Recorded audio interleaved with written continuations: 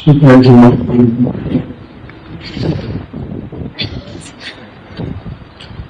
الحمد لله ونحمده ونستعينه ونستغفره ونؤمن به ونتوكل عليه ونعوذ بالله من شرور انفسنا ومن سيئات اعمالنا من يهده الله فلا مضل له ومن يضلل فلا هادي له أما بعد فأعوذ بالله من الشيطان الرجيم بسم الله الرحمن الرحيم يا أيها الذين آمنوا لا تلهكم أموالكم ولا أولادكم عن ذكر الله فاسعوا إلى ذكر الله وذروا البيع فإذا قضيت الصلاة فانتشروا في الأرض وابتغوا من فضل الله صدق الله العظيم. معزز سامعین،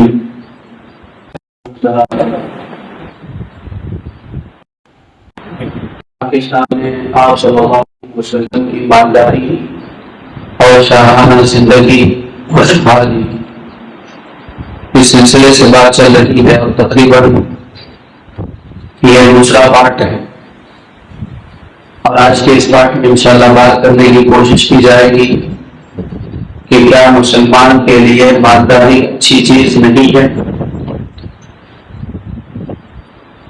انشاءاللہ آئندہ جمعہ میں سمجھنے کی کوشش کریں گے کہ آپ صلی اللہ علیہ وسلم اور صحابہ کا انکم سورس کیا ہوتا تھا، ان گوئنگ اور آؤٹ گوئنگ سسٹم کیا ہوا کرتا تھا. پھر اسی طرح ایک بار کہ آپ صلی اللہ علیہ وسلم کے گھر میں فقر و فاقہ اور غربت گھیرے ڈالے ہوئے تھا اور پوری زندگی فقر و فاقہ میں چلی گئی، اس کی تردید بھی انشاءاللہ کوشش کی جائے گی کرنے کی. تو اس سلسلے میں انشاءاللہ اس بات کو ذہن نشین کر لیں کہ پالیسی دراصل کیا ہے. پالیسی یہ ہے کہ مال ایک اعتبار سے فتنہ ہے اور ایک اعتبار سے اللہ کی نعمت اور اللہ کا فضل ہے. اگر اس پر بات کی جائے کہ مال فتنہ ہے تو بات کی جا سکتی ہے، اور اس پر بات کی جائے کہ مال اللہ کی نعمت ہے تو اس پر بھی بات کی جا سکتی ہے، اس لیے ایک ہی چیز کے اندر دونوں چیزیں موجود ہیں. اللہ تعالیٰ نے کلام پاک میں ارشاد فرمایا إِنَّ رَبَّكَ يَبْسُطُ الرِّزْقَ لِمَن يَشَاءُ وَيَقْدِرُ، کہ اللہ پاک آپ کی روزی روٹی میں وسعت اور کشادگی پیدا فرما دے. یہ پہلی آیت. دوسری آیت میں اللہ پاک فرماتے ہیں وَمَا أَنفَقْتُم مِّن شَيْءٍ فَهُوَ يُخْلِفُهُ، کہ تم نہیں خرچ کرتے ہو کوئی چیز اللہ پاک اس کو ڈبل کر کے تمہیں عطا کرتے ہیں. تیسری آیت وَمَا أَنفَقْتُمْ إِلَّا لِيَعْلَمَ الْفَضْلَ، کہ اللہ پاک چاہتے ہیں کہ تمہیں اپنا فضل پہنچائے. اسی طرح جمعہ کے سلسلے میں جو آیت نازل ہوئی سورہ جمعہ میں، اس میں اللہ تعالیٰ فرماتے ہیں کہ جب اذان دے دی جائے تم چھوڑ دو اور مسجد کی طرف چل نکلو. پھر آگے فرمایا فَإِذَا قُضِيَتِ الصَّلَاةُ، اور جب نماز کو پڑھ لو فَانتَشِرُوا فِي الْأَرْضِ، زمین میں پھیل جاؤ، وَابْتَغُوا مِن فَضْلِ اللَّهِ، اللہ کے فضل کو تلاش کرو. یہاں فضل سے اللہ کی جانب سے مال مراد ہے. تو یہ کچھ آیتیں وہ ہیں جو بتلاتی ہے کہ مال اچھی چیز ہے، بلکہ اللہ پاک اپنے بندوں کو ترغیب دے رہے ہیں کہ تم مال حاصل کرو. اللہ پاک وہیں پر فرماتے ہیں وَاعْلَمُوا أَنَّمَا أَمْوَالُكُمْ وَأَوْلَادُكُمْ فِتْنَةٌ، اے مومنوں جان لو تمہاری اولاد تمہارا مال تمہارے لیے فتنہ ہے. اب یہ دوسری طرح کی باتیں ہیں. ایک جگہ تو فرمایا کہ مال اچھی چیز ہے، اسے تلاش کرو، یہ میرا فضل ہے، یہ میری نعمت ہے. اور فرما رہے ہیں دوسری جگہ پر کہ تمہارے لیے فتنہ. تیسری جگہ فرمایا فلا تعجبک اموالهم ولا اولادهم عن ذکر اللہ. اے مومنو خیال رکھو کہیں آپ کو آپ کا مال، آپ کی اولاد تعجب میں نہ ڈال دے.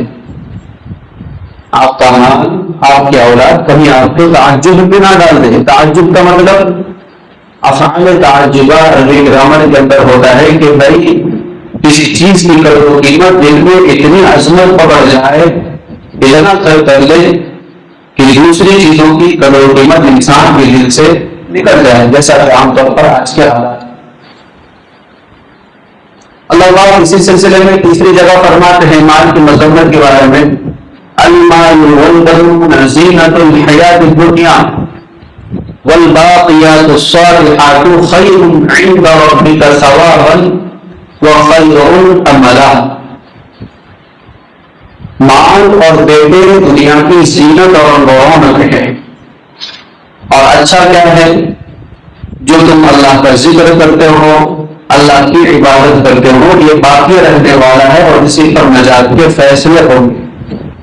تو مال کی آیتوں سے تو پتہ چلتا ہے کہ مال کو جمع نہ کیا جائے بلکہ بغیر جمع کرے توکل کی زندگی ویسے اختیار کر دی جائے جیسا ہم نے توکل کا جو غلط مطلب سمجھ بیٹھے ہیں اس کے مطابق زندگی کو جو ہے اختیار کر دیا جائے. تو یہ دو طرح کی روایتیں ہیں. اب ہم تھوڑا حدیثوں میں آئے تو احادیث کے اندر بھی دونوں کیٹیگری کی روایتیں ہمیں مل جائیں گی. نبی پاک صلی اللہ علیہ وسلم نے فرمایا کہ اے لوگوں تم اس حال میں مت مرو کہ تمہاری اولاد بھیک مانگ رہی ہو. تم اس حال میں مت مرو. ایک بہترین روایت ہے، امام بخاری کی شرائط پر صحیح ہے، امام مسلم کے اندر بھی تقریباً 7 اسانید سے 7 جو ہے روایت کرنے والوں نے اس کو ذکر کیا ہے. جب ایک حدیث کو بہت سارے لوگ ذکر کرتے ہیں تو اس کے صحیح ہونے کی وہ سب سے بڑی علامت ہوتی ہے. تو اللہ کے نبی کو فرما رہے ہیں کہ لوگوں اس حالت میں مت مرو کہ تمہاری اولاد تمہارے بعد بھیک مانگ رہی ہو.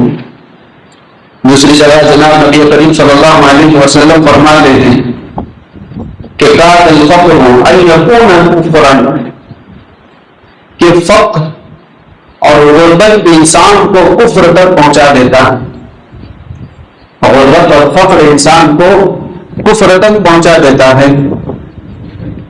اس سے بھی پتا چل رہا ہے کہ غربت نہیں ہونی چاہیے، فقر و واقعی کی زندگی اچھی نہیں ہے. یہ احادیث ہے. آخر فقر و واقعی کو کفر سے کیوں تعبیر فرمایا؟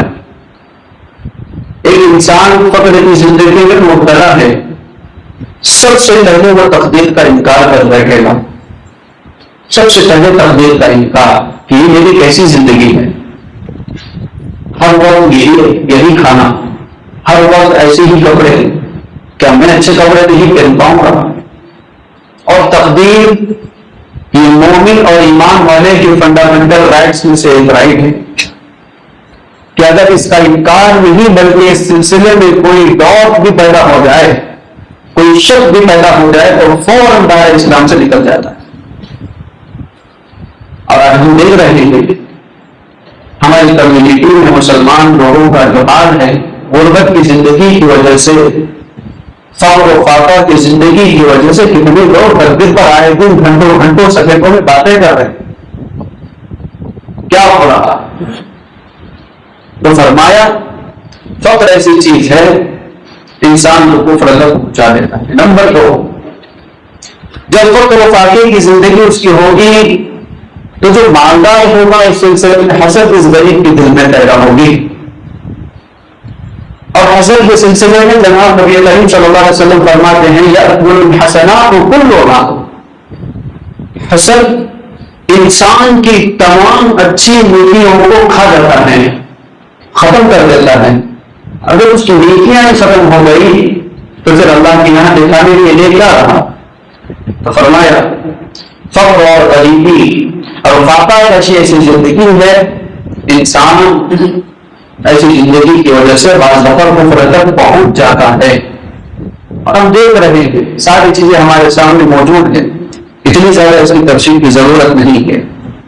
تو اس سے بھی پتا چلا کہ فقر اچھی چیز نہیں ہے، غربت اچھی چیز نہیں ہے۔ اللہ کے نبی صلی اللہ علیہ وسلم حضرت سعد بن ابی وقاص فرماتے ہیں کہ میں جب بھی دیکھتا جناب یہی دعا فرمایا کرتے صبح شام اس دعا کا اہتمام فرما رہے ہیں۔ کون؟ سرور کائنات صلی اللہ علیہ وسلم۔ دعا کیا ہے؟ اللہم انی اعوذ بک، اے اللہ میں تیری پناہ میں آنا چاہتا ہوں، عن الفقر والقلۃ، غربت والی زندگی اور قلت یعنی نعمتوں کی قلت والی زندگی سے میں تیری پناہ میں آنا چاہتا ہوں۔ پہلی بات تو سمجھ میں آ رہی ہے کہ ٹھیک ہے بھائی، غربت والی زندگی سے اللہ کی پناہ چاہی جا رہی ہے تو اچھا ہے۔ آپ صلی اللہ علیہ وسلم دوسرے نمبر پر جو لفظ لا رہے ہیں عن القلۃ، قلت کہتے ہیں کہ اتنا مال ہے، مال تو ہے، اللہ کا فضل تو ہے، مال تو ہے، لیکن ضرورت پوری نہیں ہو رہی۔ اور شریعت میں لایا ہے کیا ضرورت بقدرها، کہ انسان اپنی ضرورت کو پورا کرنے کے لیے بھیک بھی مانگ سکتا ہے۔ شریعت کی جانب سے اس کو اجازت ہے۔ ضرورت تین چیزیں ہیں، کھانا پینا، اور اسی طرح سایہ یعنی مکان، اور اسی طرح اپنے بدن کو چھپانے کے لیے کپڑا۔ اگر وہ نہیں کما پا رہا ہے، اس کے اندر کمانے کی طاقت ہی نہیں ہے، تو پھر بھی اپنی تین چیزوں میں سے کسی ایک چیز کی نعمت کی بھرپائی کے لیے وہ بھیک مانگ سکتا ہے۔ اب انسان کے پاس ایسی زندگی ہے، کچھ پیسہ تو ہے لیکن ان تینوں ضرورتوں میں سے جو ایک ضرورت پوری ہو رہی ہے تو دو باقی رہ جاتی ہے، دو پوری ہو رہی ہے تو ایک باقی رہ جاتی ہے۔ تو فرمایا ایسی زندگی سے میں آپ کی پناہ میں آنا چاہتا ہوں۔ تو اللہ کے نبی صلی اللہ علیہ وسلم نے غربت ہی سے نہیں بلکہ مال ہونے کے باوجود جس مال سے ضرورت پوری نہ ہو رہی ہو اس سے بھی پناہ چاہیے۔ تو پھر آگے اللہ کے نبی صلی اللہ علیہ وسلم مال کی مذمت کو بھی اور برائی کو بھی بیان فرما رہے ہیں۔ انشاءاللہ پھر خلاصے کو بھی سمجھیں گے اور پالیسی کو بھی سمجھیں گے، اسلام کی پالیسی کیا ہے اور ہم نے کیا سمجھ رکھا ہے۔ آپ صلی اللہ علیہ وسلم فرما رہے ہیں اللہم انی اعوذ بک من فتنۃ الغنی وفتنۃ الفقر، اے اللہ میں تجھ سے مالداری کی فتنے سے پناہ چاہتا ہوں، مالداری کے فتنے سے پناہ چاہتا ہوں۔ ابھی اللہ کے نبی صلی اللہ علیہ وسلم کی وہ احادیث ہیں یہ مال کی مذمت کے سلسلے میں آ رہی ہے۔ اللہ کے نبی فرما رہے ہیں کہ مالداری سے پناہ چاہتا ہوں۔ اب اس سے پتہ چل رہا ہے کہ بھائی مال نہیں کمانا چاہیے۔ پھر آگے فرما رہے ہیں کہ پچھلی تمام امتوں میں ہر امت کے لیے فتنہ وجود پذیر ہوا، ایک فتنہ آیا۔ مسلم شریف کی روایت ہے ان لکل امۃ فتنۃ، اور اللہ کے نبی صلی اللہ علیہ وسلم کے سامنے صحابہ موجود تھے، انہوں نے ہمارے لیے آسانی کے راستے کھول دیے۔ فرمایا کہ اس امت کے لیے کیا فتنہ ہے؟ وفتنۃ امتی المال، اور میری امت کا فتنہ اور میری امت کی آزمائش کا ساز و سامان المال وہ مال ہے۔ اس سے پتہ چل رہا ہے کہ مال بری چیز ہے، کیا کرنا چاہیے۔ اس کے بعد اللہ کے نبی صلی اللہ علیہ وسلم ایک اور دعا فرماتے ہیں اور صحابہ کو تلقین کرتے ہیں، کہتے ہیں فواللہ بخدا، اللہ کی قسم من الفقر اخشى علیکم ولكن اخشى ان تبسط علیکم الدنیا، اے مومنوں، اے میرے پیارے صحابہ، کہ میں آپ کے سلسلے میں فقر کو لے کر اتنا پریشان نہیں ہوں، آپ کی غربت، آپ کی خستہ حالت، ان چیزوں کو لے کر اتنا پریشان نہیں ہوں جتنا پریشان اس بات پر ہوں کہ تمہارے اوپر دنیا کی نعمتیں کھل جائیں۔ تو اللہ کے نبی صلی اللہ علیہ وسلم کی حساسیت کا اندازہ ہو رہا ہے کہ آپ صلی اللہ علیہ وسلم دنیا کے بھول جانے کو پریشانی سے تعبیر کر رہے ہیں. دنیا سے بھول جانے کا مطلب کہ دنیا کی نعمتیں، دنیا کی ترقی تمہارے قدموں میں آ جائے، اس سے میں خوف کھاتا ہوں.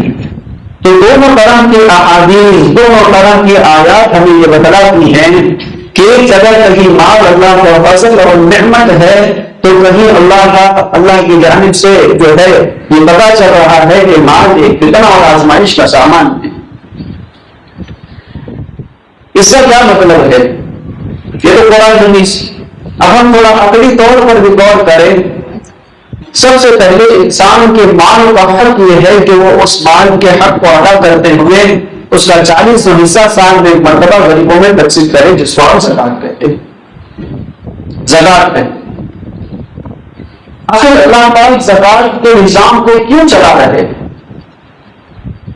زکات تبھی دی جائے گی جبکہ ایک آدمی مالدار بنے گا اور تقریباً 1 سال تک وہ مالدار رہے گا. تو پھر مالداری کی برائی کہاں ہوگی؟ یہ تو پھر پروموشن ہوا مالداری کا. تو معلوم ہوا تو زکات تو وہی شخص نکالے گا جو مالدار ہے اور مالداری 1 سال تک بھی رہے. اور ایک نظام جس کی مثال پوری دنیا نے اب تک نہیں کیا وہ ہے میراث کی تقسیم. جیسا نظام اسلام کے پاس ہے ایسا نظام اب تک کے ڈیٹا کے مطابق، اور یہ بھی فکس بات ہے کہ قیامت تک کوئی اس بات کا اقرار اور کوئی اس بات کی مثال نہیں پیش کر سکتا کہ ہمارے پاس قرآن جیسی مثال موجود ہے. کوئی نہیں پیش کر سکتا. اور وہ ہے جب باپ مر جائے اس کا ترکہ یعنی چھوڑا ہوا مال بچوں میں اور اس کے رشتے داروں میں کس طرح تقسیم ہو. اللہ پاک نے فرمایا خیر الوصیۃ للوالدین والاقربین بالمعروف. خیر کا تذکرہ فرمایا کہ جو مر گیا مرنے والا اگر وہ کوئی خیر چھوڑے، یہاں خیر سے مراد مال میراث ہے، ترکہ ہے، مرنے کے بعد اس کی چھوڑی ہوئی ایک 54 ہے، اس کو اللہ پاک خیر فرماتے ہیں. تو اگر یہ خیر ہے تو پھر ایک اعتبار سے کتنا کیوں ہے؟ اگر یہ فتنہ ہے تو ایک اعتبار سے خیر فضل اور نعمت کیوں ہے؟ ہم ایک بات کو سمجھتے ہوئے چلے. اللہ پاک نے ہمیں ایک جو ہے مثال دی ہے اور ایک پالیسی دی ہے. لقد کان لکم فی رسول اللہ اسوۃ حسنہ. تمہارے لیے رسول اللہ صلی اللہ علیہ وسلم کی زندگی میں نمونہ ہے. اس وقت کہتے ہیں نمونہ. اب نمونہ کس کو کہتے ہیں؟ کہ جو قیامت تک آنے والی ہر فرد کے لیے اور ہر امت کے لیے نمونہ بنے. تو آپ صلی اللہ علیہ وسلم کی زندگی جہاں مالداروں کے لیے نمونہ ہے وہیں پر غریبوں کے لیے بھی نمونہ ہے. آپ صلی اللہ علیہ وسلم کا اٹھنا بیٹھنا کہنا سننا خاموش رہنا ہر چیز جس طرح مالدار پر لاگو ہوتی ہے اسی طرح غریب پر بھی لاگو ہوتی ہے. اور قرآن و سنت کی روشنی میں اور احکامات اسلامیہ کے اندر مالدار اور غریب کے درمیان کوئی فوقیت اور کوئی درجہ بندی ویسی ضروری نہیں ہے. ہاں یہ بات الگ ہے کہ اللہ پاک اپنا فضل بعض میں سے بعض کو زیادہ عطا کرتے ہیں اور بعض میں سے بعض کو کم عطا کرتے ہیں. معلوم ہوا صلی اللہ علیہ وسلم کی زندگی تمام لوگوں کے لیے نمونہ ہے. دیکھتے چلے تھوڑا. آپ صلی اللہ علیہ وسلم کی پیدائش ماحول کیا ہے؟ اللہ کے نبی کے والد موجود نہیں. کی زندگی اور بچپنا دیکھ رہے ہیں، والد کا سایہ نہیں ہے. کچھ 6 سال 7 سال ہو گئے، مقام ارواح پر والدہ کا وفات، والدہ کی انتقال ہو جاتی ہے. آپ صلی اللہ علیہ وسلم مکمل یتیم ہو گئے. اللہ کے نبی صلی اللہ علیہ وسلم کی یتیمی ہمارے دنیا میں بننے والے بچے کے یتیم کو ایک سبق ہے کہ آپ صلی اللہ علیہ وسلم نے یتیمی میں کیسی زندگی گزاری ہے. تبھی تو جا کر اللہ کے نبی صلی اللہ علیہ وسلم نے سورہ نساء کی ابتدائی آیتوں میں کئی آیتیں نازل ہوئی کہ یتیم کے ساتھ اس طرح برتاؤ کیا جائے. یتیم کے سر پر ہاتھ رکھنے سے اس کے ایک بال پر کتنی زیادہ فضیلتیں، جنت کے وعدے، بہت سارے فضائل سنائے گئے. آپ صلی اللہ علیہ وسلم کی نبینا کوئی اولاد زندہ نہیں رہی، جیسے ہی بیٹے پیدا ہوئے فوراً انتقال کر گئے، تو کوئی بیٹا زندہ نہیں رہا۔ تو یہ ان لوگوں کے لیے نمونہ ہے جن کی نبینا اولاد یا کوئی بھی اولاد وصال کر جاتی ہے، باقی ہی نہیں رہتی۔ تو جب اللہ کے نبی صلی اللہ علیہ وسلم کے ساتھ یہ حالات ہے تو ہم اپنی زندگی کو وہاں لے جا کر دیکھیں کہ ہم وہاں پر اللہ کے نبی صلی اللہ علیہ وسلم نے کیسے زندگی گزاری، ہم بھی ویسے ہی صبر کریں گے، تقدیر پر ہم معاوضہ نہیں کریں گے کہ کیا میرا بھی بیٹا ملا تھا، کیا میری ہی ایسی تقدیر ہے۔ بعض اوقات انسان تقدیر پر سوالات اٹھانے سے اسلام کے دائرے سے خارج ہو جاتا ہے۔ اگر باریکیوں کو بیان کی جائے تو ہمارا پورا محلہ نہیں بلکہ پورا شہر زر میں آ جائے۔ یہ حالات ہیں مسلمانوں کے۔ اسی طرح اللہ کے نبی صلی اللہ علیہ وسلم کی زندگی میں آپ صلی اللہ علیہ وسلم کی سب سے بہترین زوجہ محترمہ، جنہوں نے کٹھن حالات اور مشکل ترین حالات میں اللہ کے نبی صلی اللہ علیہ وسلم کا تعاون فرمایا، مال کے ذریعے اور ہر طرح سے، حضرت خدیجہ الکبریٰ رضی اللہ عنہا، ان کا وصال ہوا اور آپ صلی اللہ علیہ وسلم نے کیسے صبر کیا ہمیں بتلایا۔ اب ہمیں بھی ویسے ہی صبر کرنا ہے۔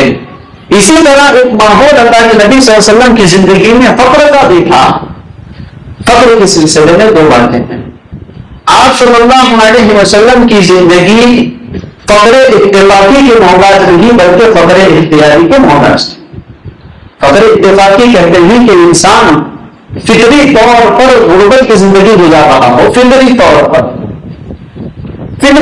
وہ غریب ہو، اس کے پاس کوئی آئیڈیا نہ ہو، اس کے پاس کوئی وسیلہ ہی نہ ہو کہ مال آئے، تو اب انسان کہاں کرے گی کہ بھائی آپ غریب ہے۔ ایک فقیر نے کہا کہ مجھے ایسا رہنا پسند ہے جس حال میں منہ پھٹے کپڑے، بغیر چپل، بگڑے ہوئے بال، راستوں پر بیٹھتے ہوئے، اور وہ اپنی زندگی پر فخر کر رہا ہے کہ ہم اس کو، اس کی زندگی کو، اس کی باتوں کو، اس کے لیے فخر محسوس کریں گے؟ نہیں، آپ کو ایسے ہی راضی رہنا پڑے گا، اس لیے کہ آپ کے پاس کوئی انکم سورس ہی نہیں ہے، آپ کی زندگی ہی ایسی ہے، تو یہ آپ کے لیے کوئی کمال نہیں ہے کہ آپ اپنی زندگی پر فخر محسوس کریں۔ کمال تو وہ ہے جس کے پاس مال بھی ہے، وسائل بھی ہے، بہترین انکم سورس بھی ہے، اور وہ سادگی کی زندگی اختیار کر لے، اتفاقی نہ ہو، اختیار کر لے، پسند رہے اس کو کہ سادہ سیدھا رہنا مجھے اچھا لگتا ہے۔ ایک حد تک نعمتوں کا مسئلہ ہے تو ہم استعمال کریں گے، لیکن ہم سیدھے سادہ رہیں گے، اور یہ اس کو کہا جائے گا کہ بھائی یہ فقر اتفاقی ہے، اختیاری ہے کہ انسان نے اپنے لیے سادہ رہنا پسند فرمایا ہے۔ جناب نبی کریم صلی اللہ علیہ وسلم نے تا قیامت امت کا خیال کر کے اپنے لیے غربت کو اختیار فرمایا تھا، اور یہ غربت بھی اختیار اس لیے نہیں کہ پوری زندگی اللہ کے نبی صلی اللہ علیہ وسلم کے گھر کے اندر فقر و فاقہ ڈھیرے لگا ہوئے تھا، ایسا بھی نہیں ہے، بلکہ کئی واقعات ہمیں ملتے ہیں، انشاءاللہ ہم اس کو آئندہ جمعہ لائیں گے کہ اللہ کے نبی صلی اللہ علیہ وسلم نے کیسے کیسے مراحل میں کتنے دراہیم اور دراہیم لوگوں کے درمیان تقسیم کیے، اور ایک ایک بیوی کا نفقہ ماہانہ کیا ہوا کرتا تھا۔ اللہ کے نبی صلی اللہ علیہ وسلم کی اونٹنی تمام لوگوں کی اونٹنی میں کیسی تھی؟ آپ صلی اللہ علیہ وسلم کے یہاں جو بکرا بھنا جاتا تھا کون سے اعلیٰ قسم کا ہوا کرتا تھا، انشاءاللہ ان کو بلائیں گے۔ تو جب وہ باتیں ہمارے سامنے آئے گی تو پتہ چلے گا کہ اللہ کے نبی کی پوری زندگی فقر و فاقہ کی نشاندہی تھی، بلکہ اللہ کے نبی صلی اللہ علیہ وسلم نے کبھی کبھی اختیاری طور پر اپنے لیے سادگی کو پسند فرمایا ہے، اور وہ بھی اس لیے کہ میں میری امت کے لیے نمونہ ہوں، اور قیامت تک کے لیے امت میں تمام طرح کے لوگ آئیں گے، اور جو غربت والی زندگی گزارنے والے ہوں گے وہ میری اس مثال کو دیکھ کر زندگی گزاریں۔ تو یہ بات موجود تھی۔ تو آپ صلی اللہ علیہ وسلم کی زندگی کا ایک ماحول یہ بھی تھا کہ وہ فقر تھا، اور وہ غربت تھی، اور وہ فقر اختیاری تھی، فقر اتفاقی نہیں تھی۔ ان تمام باتوں کو سمجھنے کے بعد ہمیں یہ سمجھنا ہے کہ جب اللہ کے نبی صلی اللہ علیہ وسلم نے دونوں چیزوں کو بیان کی ہے کہ بھئی مال کا فتنہ بھی ہے اور مال اچھی چیز بھی ہے، پھر آپ صلی اللہ علیہ وسلم کا فقر و فاقہ اور آپ صلی اللہ علیہ وسلم کی ایمانداری کی حقیقت بھی تھوڑی بہت ہمارے سامنے آئی ہے، لیکن انشاءاللہ قرآن حدیث کی روشنی میں بہت ساری باتیں آپ کے سامنے لانے کی کوشش کریں گے. اب ایک بات سمجھنا ہے، عبادات کے اندر اوامر کا اہتمام. اچھا اوامر کس کو کہتے ہیں؟ عبادات میں ہم اتنا کرنا ہے جتنا کرنے کے لیے کہا گیا ہے، جتنا آرڈر کیا گیا ہے. دیکھو بھائی اس طرح کرو، 5 ٹائم کی نماز 6 گھنٹے نہیں پڑھ سکتے آپ. اب بولے کہ ظہر سے لے کر عصر میں بہت بڑا وقت ہے، 3 بجے کو اور نماز فرض کر لیں گے، نہیں چلے گا. حکم کتنا ہے؟ 5 وقت، تو 5 ہی وقت کریں گے. اسی طرح ظہر کی 4 رکعت 4 ہی، بولے کہ 2 رکعت زیادہ پڑھ لیں گے فرض کے طور پر، نہیں چلے گا. حکم کتنا ہے؟ 4 ہی، تو 4 ہی پڑھیں گے. عبادات کے اندر چاہے عبادت کے اندر 500 چیزیں آ گئی، عید بھی آ گئے، اسی طرح زکات بھی آ گئی، حج بھی آ گئے، یہ ساری چیزیں عبادت کے اندر کچھ چیزیں موجود ہیں. اتنا کریں گے جتنا حکم ہے. معاملات، معاشرت، اخلاقیات کے اندر ان سے بچیں گے جن سے بچنے کا حکم دیا گیا ہے. جن سے بچنے کا حکم دیا گیا ہے یعنی وہاں نواہی کا اہتمام ہوگا. نواہی جن سے روکا گیا ہے ان کا اہتمام ہوگا. اور مالیات کا تعلق بھی نواہی سے ہے. تو ہم ان باتوں کو سمجھ لیں کہ کن سے بچنا ضروری ہے تو کن سے بچنا ضروری نہیں ہے، وہ ہمیں دونوں کو سمجھ میں آ جائے گا. مثال کے طور پر ہم اب یہاں پر بیٹھے ہوئے ہیں، اگر یہ کہہ دیں کہ بھئی اس کے اندر حاجی کتنے ہیں وہ کھڑے ہو جائیں، تو ظاہر سی بات ہے بہت کم تعداد ہوگی، 5-6 لوگ ہوں گے جنہوں نے حج کیا ہوگا. اب ہم ان کو نکال کر ایک طرف کر دیں گے تو جو بیٹھا ہوا طبقہ ہے وہ کون ہے؟ حج نہیں کیا ہوا ہے. اب ان کے لیے یہ بولنے کی ضروری نہیں ہے کہ یہ جو بیٹھے ہوئے ہیں حج انہوں نے نہیں کیا ہے. تو آسانی سے جنہوں نے حج کیا ہے وہ معلوم ہو گئے، تو جنہوں نے حج نہیں کیا وہ آسانی سے معلوم ہو گئے. اور بڑی تعداد ان لوگوں کی ہے کہ وہ ان کی تعین بھی نہیں کی جا سکتی. لیکن اگر یہ کہا جائے کہ جنہوں نے حج نہیں کیا ہے وہ کھڑے ہو جائیں اور جو حج کیے ہوئے ہیں وہ بیٹھے رہے، اب کیا ہوگا؟ پوری مسجد کھڑی ہو جائے گی. 2-4 لوگ ہوں گے جنہوں نے حج کیا ہوگا ان کو تلاشنا ہوگا کوئی کہاں ہے، کدھر ہے، کیسے ہے. تو آسان کے لیے کیا ہے کہ جو 2-4 لوگ ہوں گے جنہوں نے حج کیا ہے ان کو نکال لیں گے، جنہوں نے حج نہیں کیا ہے ان کا اندازہ ہو جائے گا. تو ٹھیک اسی طرح ہے. تو مالیات کے سلسلے میں جن چیزوں سے ہمیں بچنا ہے ان کا خیال کر لیں، سن لیں، سمجھ لیں. جن سے نہیں بچنا ہے وہ خود بخود ہمیں سمجھ میں آ جائے گا. نمبر 1، ایک مشہور حدیث ہم نے سنا ہے، لا تزول قدم عبد، کسی بندے کے قدم اپنی جگہ سے نہیں ہلیں گے یہاں تک کہ سب سے پہلے سوال ہوگا کہ آپ کی زندگی جو ہم نے آپ کو دی تھی بتائیے کیا ہے. یہ پہلا سوال. دوسرا سوال جوانی کے متعلق ہوگا. ایک تو ہوتی ہے کہ پوری زندگی پیدائش سے لے کر بڑھاپے تک، وہ پہلی چیز. دوسری چیز جوانی کے متعلق، بعض دفعہ کیا ہوتا ہے کہ 16 سال سے لے کر 40 سال تک تو نمازوں کی فکر نہیں ہوگی، اور پھر 40 سال تقریباً 50 سال کے بعد تھوڑی فکریں پیدا ہو جاتی ہے. اور پھر ہم کیا کریں گے؟ اب ٹھیک ہے مسجد پکڑ لیں، ٹھیک ہے کوئی بات نہیں، دیر آئے درست آئے، یہ بھی اچھی چیز ہے. لیکن درمیان میں جو 25 سے 30 سال عرصہ غفلت میں گزرا ہے اس کا سوال ہوگا دوسرے نمبر پر. تیسرے نمبر پر پوچھا جائے گا من این اکتسب، کہاں سے کمایا، کیسے کمایا. دونوں باتیں ضروری ہے. کہاں سے کمایا، جہاں سے کما رہا ہے کیا وہ چیزوں کی لین دین، خرید و فروخت جائز ہے، حلال ہے، ناجائز ہے، حرام ہے، کیا ہے. تو دیکھا جائے گا کہ وہ حلال ہے یا نہیں ہے. حلال ہے. شریعت کے مسائل کے درمیان آ رہی ہے، ٹھیک ہے حلال ہے. اچھا معاملات کیسا کر رہے ہو، آپ تو تجارت کر رہے ہو، کپڑوں کی تجارت کر رہے ہو، کہیں جھوٹ تو نہیں بول رہے، کئی لوگوں کو دھوکہ تو نہیں دے رہے. معلوم ہوا کہ بھئی کیسے آپ چیزوں کو بیچ رہے ہو، کس طرح آپ بلڈنگوں کی مرمت کر رہے ہو، کس طرح اپنے ماتحت کام کرنے والے لوگوں کے ساتھ خیر خواہی کر رہے ہو، کس طرح کام کرنے والا اپنے مستری یعنی جو اپنا بڑا ہے، جو اس کا سوکار ہے، اس کو پورا وقت دے رہا ہے نہیں دے رہا ہے. شریعت کے اندر یہ بھی مسئلہ ہے کہ 6 گھنٹے کے لیے ہمارا دیکھ پر کام کرنے کے لیے جاتا ہے، لیکن 1 گھنٹہ تو اپنے لیے نکال لیتا ہے، 1 گھنٹہ اپنے لیے بھی نکال لیتا ہے. کئی احادیث سے اس سے پہلے بھی آپ کے سامنے بات رکھی گئی کہ اس طرح کرنا ناجائز ہے، اور ایسی صورت میں وہ بڑا آدمی اس کی تنخواہ بھی کر سکتا ہے، اس لیے کہ اس کی جو تشکیل ہوئی ہے کام کرنے کے لیے پورے 6 گھنٹے کے لیے 10 گھنٹے کے لیے ہوئی ہے. تو خیر معلوم ہوا سب سے پہلے یہ کہ تجارت بھی جو بھی ہو رہی ہو، معاملات جو بھی ہو رہی ہو، حلال چیزوں کے ذریعے ہو. اسی طرح کیسے کی جا رہی ہے، صحیح یا غلط، صحیح کی جا رہی ہو. دوسرے نمبر پر اس مال کا حق ادا ہو رہا ہے یا نہیں؟ کیا حق ہے؟ زکات.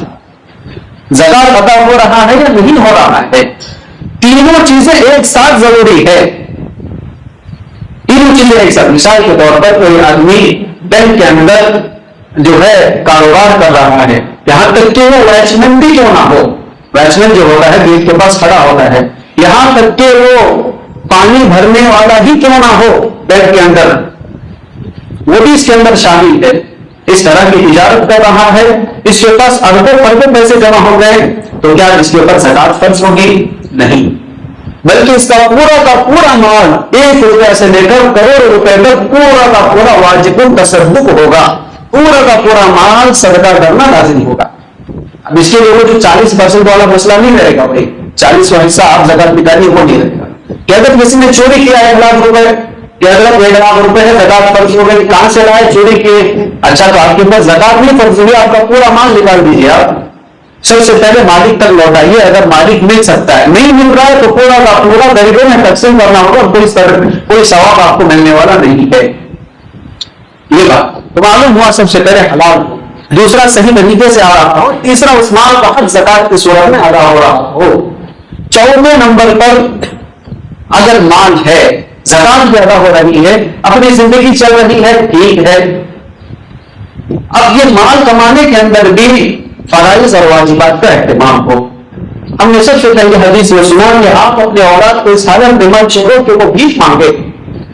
تو بھیک مانگنے کا مطلب کیا ہے؟ نمازوں کو چھوڑ دے، واجبات کو ترک کر دے، روزوں کو چھوڑ دے کہ بے روزے نہیں رکھے جا رہے، اگر نہیں کماؤں گا تو بچے بھوکے مریں گے. نہیں، روزوں کا اہتمام بھی ہوگا، بچوں کی کفالت بھی ہوگی، عبادات کا اہتمام بھی ہوگا، بچوں کو کھلایا بھی جائے گا. کیسے کھلایا جائے گا؟ آئندہ ہفتہ لائیں گے. صحابہ کیسے لاتے تھے؟ اللہ کے نبی صلی اللہ علیہ وسلم کیسے لاتے تھے؟ حالانکہ یہ زندگی تو آسانی والی ہے، انسان اڑ سکتا ہے، انسان جو ہے 1 گھنٹے کے راستے کو 5 منٹ میں طے کر سکتا ہے. وہاں کیسے حالات تھے، راستوں کا کیا حال تھا؟ تو وہ زندگی کو ہم انشاءاللہ آئندہ آپ کو سمجھیں گے کہ کیسے لائیں گے، کیسے ہمارے لیے یہ تمام کے تمام مشکل جو ہے راستے ہمیں نظر آ رہے ہیں. دراصل یہ مشکل نہیں ہے، ہم نے اپنی سستی کو غالب کر دیا، جس کی وجہ سے تمام جو راستے ہیں ہمیں مشکل نظر آ رہے ہیں. تو معلوم ہوا واجبات کا اہتمام ہو، فرائض کا اہتمام ہو. واجبات اور فرائض کو چھوڑ کر جو مال آ رہا ہے، وہ مال آپ کے لیے اللہ کا فضل نہیں ہے، وہ اللہ کی جانب سے وہ آپ کے لیے فتنہ بنے گا. اس لیے بغیر عبادت والا مال، اس سے ہم کیا اچھی چیز کی توقع کر سکتے ہیں؟ معلوم ہوا کہ 3 چیزوں کے اندر عبادت کا اہتمام ہو، واجبات کا اہتمام ہو. چوتھی اور 5ویں 2 چیزیں باقی انشاءاللہ بات ختم کی جائے گی 2 منٹ میں. چوتھی چیز ہے، اگر مال جمع ہو رہا ہے، تینوں چیزیں کرنے کے بعد مال جمع ہو رہا ہے، تو اپنے رشتہ داروں کی کفالت کی جائے. رشتہ داروں سے مراد اللہ کے نبی صلی اللہ علیہ وسلم کی پوری امت، یا آدم علیہ السلام سے لے کر قیامت تک آنے والے تمام افراد امت کل مراد ہے. 3 طرح کے لوگ مراد. نمبر 1، میری ماں کی جتنی اولاد ہے وہ، یعنی میرے بھائی میری بہنیں.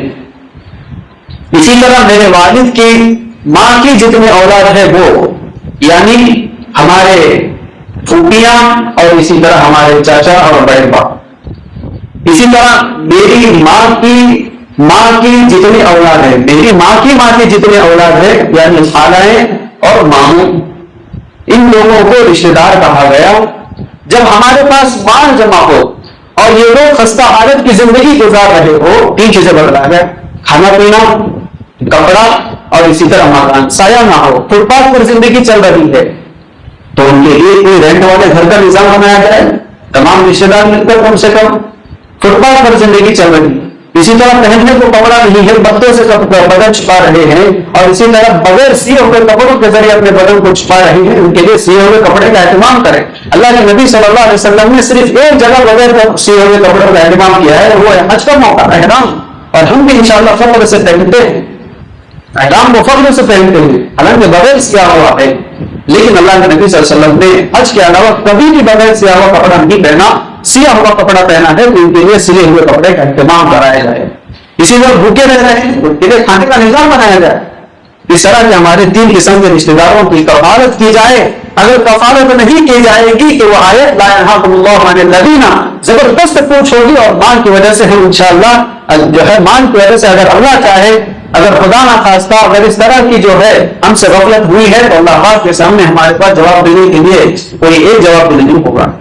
اور تقریباً ایسے حالات بہت دیکھے جا رہے ہیں کہ بھائی بیٹا جو ہے بڑے بہترین زندگی اور لگژری لائف گزار رہا ہے، ماموں خستہ حالت میں ہیں، ماموں بھیک مانگ رہے ہیں، ماموں زکات لے رہے ہیں، ماموں فطرہ لے رہے ہیں، کبھی کوئی خیال نہیں کیوں لے رہے ہیں؟ زکات کی جو ہے قرض کی پریشانی میں مبتلا ہے۔ آپ نے تو مال جمع کر رکھا ہے تو یہ جمع کیا ہوا مال فطرہ بنے گا۔ پانچویں اور آخری چیز، آپ کے رشتے دار بھی اچھے ہیں، آپ کے اس تین قسم کے رشتے دار بھی اچھے ہیں۔ مال جمع ہے لیکن کوئی مسلمان یا کوئی انسان، چاہے اس کا نام عبداللہ ہو، چاہے اس کا نام رام ہو، چاہے اس کا نام جان ہو، کوئی ہو، کسی بھی مذہب سے تعلق رکھتا ہو، اگر وہ ان تین طرح کی حاجت کو لے کر آپ کے سامنے آئے، آپ کے پاس مال ہے اور مال ہونے کی صورت میں آپ کے ان تین طرح کے رشتے داروں کی آپ نے کفالت کر دی ہے، اور اس طرح کا جو ہے انسان آپ کے پاس آئے تو آپ کا یہ انسانی اور اخلاقی فریضہ ہے کہ آپ اس طرح کی ضرورت کو ان کی پوری کرے۔ ایک تو ہوتا ہے کہ بھائی اتنا دیا جائے کہ وہ ناز و نخروں میں آ جائے۔ مثال کے طور پر اب کہیں کہ بھائی آپ بتائیے کوئی غریب ہے تو ہم ان کی جو ہے شادی کر دیں گے، تو اس صورت میں وہ کیا کرے گا کہ میں تو 50 باراتیوں کو بلا رہا تھا، اب 200 باراتیوں کو بلاؤں گا۔ کیوں؟ اس لیے کہ مال اپنی جیب سے نہیں دے گا۔ تو یہاں ضرورت پوری کرنے کا مطلب ہے صرف ضرورت پوری کی جائے، جیسا کہ ابتدا میں بتلایا گیا اس ضرورت کے مطابق پوری کی جائے گی۔ دیکھا جائے ان تین چیزوں میں سے کوئی چیز ہے تو اس کی فوراً کفالت کر دی جائے اور فوراً اس کی ضرورت کو پوری کی جائے، کمی کو پورا کیا جائے اور اس کو بہترین زندگی دینے کی کوشش کی جائے۔ اگر ان چیزوں کا خیال ہمارے معاشرے، کمیونٹی اور ہماری سوسائٹی میں ہو تو ہمارا کوئی پڑوسی، کوئی نیبر، کوئی رشتے دار غریب غربت کی زندگی نہیں گزارے گا۔ اب یہ تو الگ بات ہے کہ زکات کا اجتماعی نظام کیسا ہو، کیسے زکات کا استعمال، وہ الگ بات ہے۔ اگر ہم اپنی پوری سال کے درمیان زندگی کے اندر ان باتوں کا خیال رکھ لیں تو غربت ویسے ہی ختم ہو جائے گی، اور سال میں ایک مرتبہ فطرہ بھی ہم نکالتے ہیں، زکات بھی نکالتے ہیں، اس کا نظام کچھ اور ہے۔ تو اسلامی نظام ایسا ہی نہیں ہے کہ ہم جو ہے مسلمانوں کو کہتے رہے کہ اللہ کے نبی صلی اللہ علیہ وسلم کی پوری زندگی فاقہ کشی میں گزرے، ہم بھی فاقہ کش کی زندگی گزاریں گے۔ جیسا کہ ابتدا میں پچھلے ہوں بتلایا گیا، دراصل ہمارا یہ ذہن اس لیے بنا ہے کہ ہمارے جو سامراج کا جو نظام ہے، ہندوستانی جو نظام ہے، کہ یہاں پر عابد اور عبادت کرنے والا اس کو سمجھا جاتا ہے جس کے پاس کچھ نہ ہو۔ جیسے کہ آج سنیاس لینے والے کو سب سے بہت محترم سمجھتے ہیں، سنیاس لے لیا، اس نے پوری دنیا کو چھوڑ دیا اور ایسے گھڑے میں جا کر چھپ گیا، اس کو دنیا سے کوئی لینا دینا نہیں۔ ہم بھی یہی چاہتے ہیں کہ جو ہمارے نزدیک اللہ کا بندہ ہے، برگزیدہ ہے، مولانا ہے، مفتی ہے، وہ بھی پھٹے کپڑوں میں رہے۔ یہ ذہنیت ہماری بن چکی ہے۔ اللہ کے نبی صلی اللہ علیہ وسلم کو جب نبوت دی گئی تو فرمایا وَثِيَابَكَ فَطَهِّرْ، دوسری مرتبہ جو آیت نازل ہوئی اس کے اندر کہا جا رہا ہے کہ اپنے کپڑے صاف کیجئے۔ مکہ کے اندر کیا حالات تھے؟ جن کو برگزیدہ اور اللہ کا بندہ سمجھا جاتا تھا اور ولی سمجھا جاتا تھا، وہ ایک دم خستہ حالت میں رہتا تھا، اور وہ خستہ حالت میں ہے اس لیے وہ اللہ کا بندہ ہے، اس لیے وہ اللہ کا ولی ہے۔ تو فرمایا اے نبی جی آپ ان کی طرح ولی نہیں بنیے گا، آپ اپنے کپڑے صاف رکھیے، بہترین زندگی گزار کر مسلمانوں کو اپنا نمونہ بنائیے اور اپنے طریقے پر لانے کی کوشش اور لانے کی فکر کرے۔ تو یہ ہے کہ اللہ کے نبی صلی اللہ علیہ وسلم کی زندگی ہمارے لیے اسوہ حسنہ ہے، نمونہ ہے، اور جو لوگ مالدار ہوں گے مالداری بھی اللہ کے نبی کی پیروی کرے۔